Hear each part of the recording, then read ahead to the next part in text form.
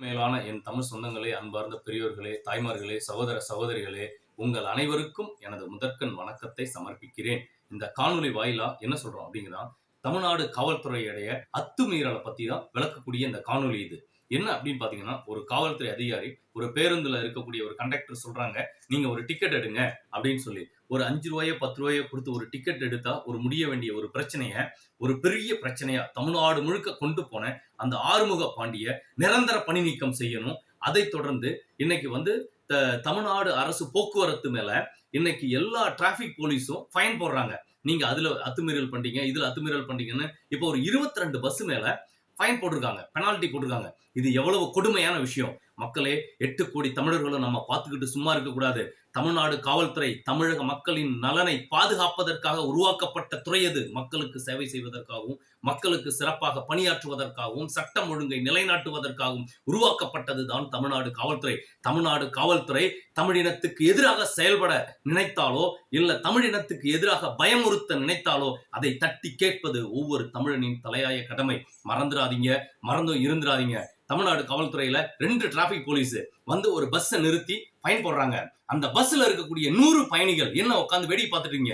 100 பயணிகள் ஒண்ணு சேர்ந்து அந்த 2 டிராபிக் போலீஸை கைது பண்ணி நடு ரோட்ல எடுத்துட்டு போய் வீடியோ வெளியிடுங்க. உயர்நீதிமன்றத்திலையும் உச்ச நீதிமன்றத்திலையும் நிறுத்தி உங்களோட உரிமைகளை தட்டி கேளுங்க.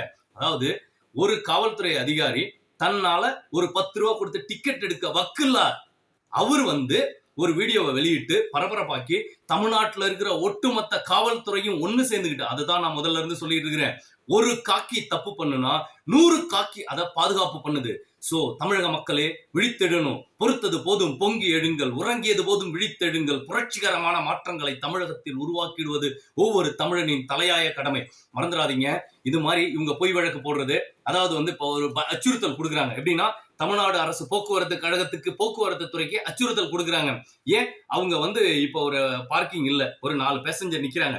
அந்த 4 பேசஞ்சரை அந்த கண்டக்டர் அந்த இடத்துல பஸ்ஸை நிறுத்தி எடுத்துக்கிட்டு போனா மட்டும்தான் தமிழ்நாடு போக்குவரத்து துறைக்கு வருமானம். 4 பேர் 40 பேர் எடுத்துட்டு போற பஸ்ல 4 பேரை மட்டும் எடுத்துட்டு போனா யூஸ் கிடையாது. சோ எந்தெந்த இடத்துலலாம் அவங்க நிறுத்தி பேசஞ்சரை வந்து ஏத்த முடியுமோ அந்தந்த இடத்துல மக்களை வந்து ஏத்தணும். மக்களுக்கு சேவை செய்யக்கூடிய ஒரு தமிழ்நாடு அரசு போக்குவரத்து கழகத்தின் மீது அவதூறு பண்ணுறதும், அவங்க மேல அபராதம் விதிக்கிறதும், அப்போ வந்து மக்களை பயமுறுத்துறதும், தமிழ்நாடு காவல்துறைக்கு நீ வந்து டிக்கெட் எடுக்க சொல்லிட்டியா, தமிழ்நாடு அரசு போக்குவரத்து கழகத்தை நான் வந்து அவதாரம் போடுவேன் அப்படின்னு சொல்லி பயமுறுத்தக்கூடிய தமிழ்நாடு காவல்துறையை தட்டி கேட்க இதுவரை என்ன சட்டம் கொண்டு வந்திருக்கோம் பாருங்க. ஒரு ஃபேக் எஃப்ஐஆர் 77/2021 போட்ட ஒரு சப் இன்ஸ்பெக்டர் காமிலா பானுவை இன்ன வரைக்கும் கைது பண்ண தமிழ்நாடு காவல்துறைக்கு வக்கில்ல. ஒரு எஸ்பிக்கு வக்கில்ல, ஒரு ஐஜிக்கு வக்கில்ல, ஒரு டிஐஜிக்கு வக்கில்ல, ஒருத்தருக்கும் வக்கில்ல. அதே மாதிரி ஒரு பெண் மீது பொய் வழக்கு பதிவு பண்றாங்க. பாதிக்கப்பட்ட பொண்ணு 8 தையல் போட்டிருக்கு. அந்த பொண்ணு மேல ஒரு பொய் வழக்க பதிவு பண்ணி அந்த பதிவு பண்ண இன்ஸ்பெக்டரை போயிட்டு நம்ம நேரடியா பேசி, அதாவது சப் இன்ஸ்பெக்டர் ஆசை தம்பின்னு சொல்லி கடலூர் மாவட்டம் பெண்ணாடம் காவல் நிலையத்தில் இந்த வழக்கு பதிவு பண்றாங்க.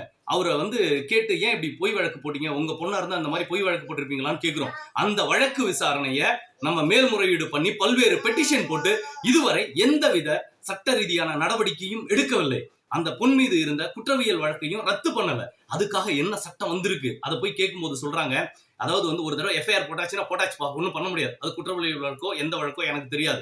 வழக்கு போட்டு கோர்ட்டுக்கு போயிடுச்சு, நீ கோர்ட்டில் தான் பார்க்கணும். வாய்தாவா 15 வருஷம் 20 வருஷம் நடந்துட்டு இருக்கு. ஒரு ஸ்கூல் படிக்கிற பொண்ணு மேல கூட பொய் வழக்கு போடக்கூடிய இந்த அராஜகம் செய்து வரும் தமிழ்நாடு காவல்துறையை தட்டி கேட்க என்ன சட்டம் கொண்டு வந்திருக்கோம் யோசிச்சு பாருங்க. அதனாலதான் சொல்றோம், இது மக்களாட்சி நாடு, இது சர்வாதிகார நாடு இல்ல. பொதுமக்களை புரிந்து கொள்ளுங்கள்.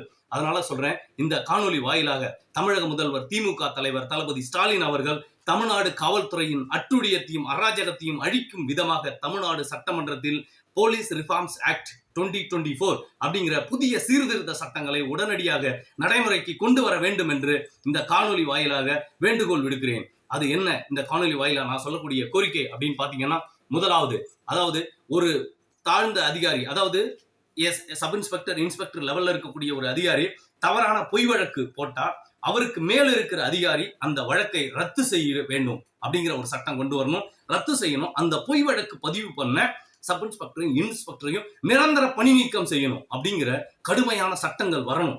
இந்த மாதிரி சட்டங்கள் வந்தா மட்டும்தான் தவறுகள் குறையும், குற்றங்கள் குறையும். பொதுமக்களே சிந்திங்க. தமிழ்நாடு காவல்துறை தமிழினத்துக்கும் தமிழக மக்களுக்கும் பாதுகாவலனாக செயல்படுவதற்காக உருவாக்கப்பட்டது. சட்டம் ஒழுங்கை நிலைநாட்டுவதற்காக, சட்டம் ஒழுங்கை சீர்குலைக்கும் விதமாக தமிழ்நாடு அரசு போக்குவரத்து கழகத்துக்கு எதிராக செயல்படும் தமிழ்நாடு காவல்துறை அதிகாரிகளை வன்மையாக கண்டிக்கிறேன். இந்த காணொலி திமுக தலைவர் தளபதி ஸ்டாலின் அவர்களை சென்றடையும் வரை ஒவ்வொருத்தரும் ஷேர் பண்ணுங்க, லைக் பண்ணுங்க, சப்ஸ்கிரைப் பண்ணுங்க. நன்றி, வணக்கம்.